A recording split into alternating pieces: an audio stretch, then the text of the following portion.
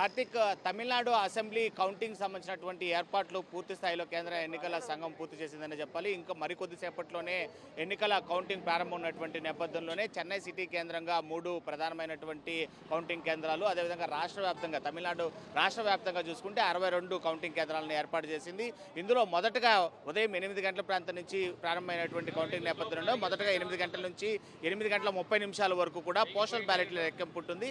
అనంతరం 8 గంటల 30 నిమిషాల అనంతరం కూడా సాధారణమైనటువంటి ఈవీఎంల కౌంటింగ్ ప్రక్రియ ప్రారంభించినారు. ఈ నేపథ్యంలోనే కౌంటింగ్ కేంద్రాల వద్ద ఏజెంట్లని లోపలికి అలో చేయడం దగ్గర నుంచి కూడా భద్రతా ఏర్పాట్ల దృష్ట్యా, అదేవిధంగా ఇటు అక్కడ ఉండేటువంటి ఎలాంటి సమస్యాత్మకమైనటువంటి సిచ్యువేషన్స్ తలెత్తకుండా చేయాల్సినటువంటి అన్ని ఏర్పాట్లను కేంద్ర ఎన్నికల కమిషన్ ఇటు పోలీస్ శాఖను ఉపయోగించుకుంటూ కూడా ఇటు భద్రతా ఏర్పాట్లు చేసినటువంటి పరిస్థితి. దాదాపు 3.6 లక్షల మంది సిబ్బంది ఇటు కేంద్ర బలగాలతో పాటు రాష్ట్ర బలగాలు అన్నిటితో కూడా కలిపి ఈ కౌంటింగ్ ప్రక్రియకు ఏర్పాట్ల కోసం వినియోగించుకుంటున్నటువంటి పరిస్థితి చాలా స్పష్టంగా కనిపిస్తుంది. ప్రస్తుతం మనము చెన్నై నగరంలో ఉండేటువంటి ఇటు క్వీన్స్ మేరీ కాలేజ్ అనేటువంటి ఒక కౌంటింగ్ కార్యాలయం వద్ద ఉన్నాం. ఇక్కడ చూస్తున్నాం మనం ఎంత పోలీసు భద్రత ఉంది అనేటువంటి పరిస్థితి.